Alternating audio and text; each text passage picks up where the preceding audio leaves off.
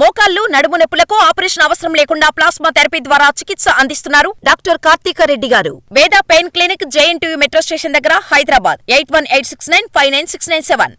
Cyber నేరగాళ్లు అమాయక జనం నుంచి కోట్లలో కొల్లగొడుతున్నారు. అలా కొట్టేసిన డబ్బంతా విదేశాలకు వెళ్లిపోతోంది. డబ్బును తరలించడానికి ఇక్కడున్న వాళ్లే సైబర్ నేరగాళ్లకు సహాయపడుతున్నారు. అందుకోసం బ్యాంక్ అకౌంట్స్ సమకూరుస్తున్నారు. అలా అకౌంట్స్ అరేంజ్ చేస్తున్న ఇద్దరిని హైదరాబాద్ పోలీసులు అరెస్ట్ చేశారు. ఎక్కడో కూర్చుని టెక్నాలజీ సాయంతో జనాలను ఎట్టే మోసం చేస్తున్నారు సైబర్ నేరగాళ్లు.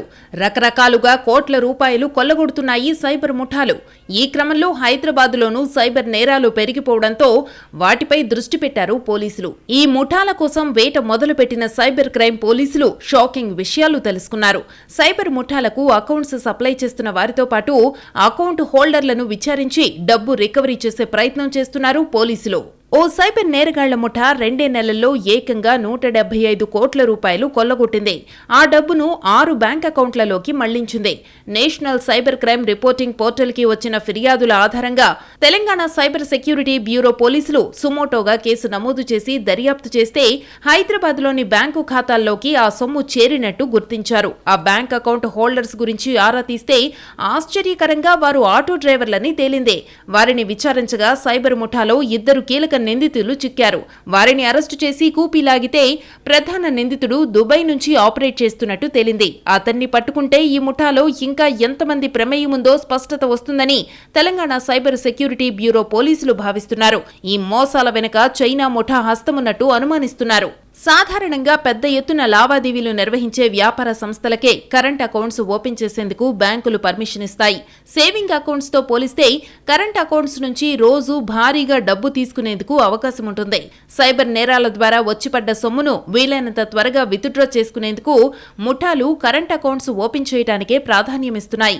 ఈ క్రమంలోనే దుబాయ్లో మకాం వేసిన ప్రధాన నిందితుడు ఈ బాధ్యతను హైదరాబాద్లోని విజయనగర్ కాలనీకి చెందిన మహ్మద్ షోయబ్ తాఖీర్, మొఘల్పురాకు చెందిన మహ్మద్ బిన్ అహ్మద్ బావజీర్కు అప్పగించారు. వీళ్లిద్దరూ రోజువారీ కూలీలు, ఆటో డ్రైవర్లు లాంటి వారిని బురిడీ కొట్టించి వారితో కరెంట్ అకౌంట్స్ ఓపెన్ చేయించారు. అలా ఎస్బీఐ షంషీర్గంజ్ బ్రాంచ్లో ఆటో డ్రైవర్లతో ఫిబ్రవరిలో 6 అకౌంట్లు తెరిపించారు.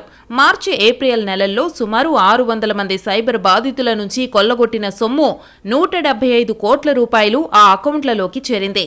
దీంతో పోలీసులు ఖాతాదారులను అదుపులోకి తీసుకుని ప్రశ్నించగా కమిషన్ల ఆశ చూపి షోయబ్, బావజీర్లే ఖాతాలు తెరిపించారని, తమతో చెక్కులపై సంతకాలు చేయించుకుని వారే తీసుకున్నారని తెలిపారు.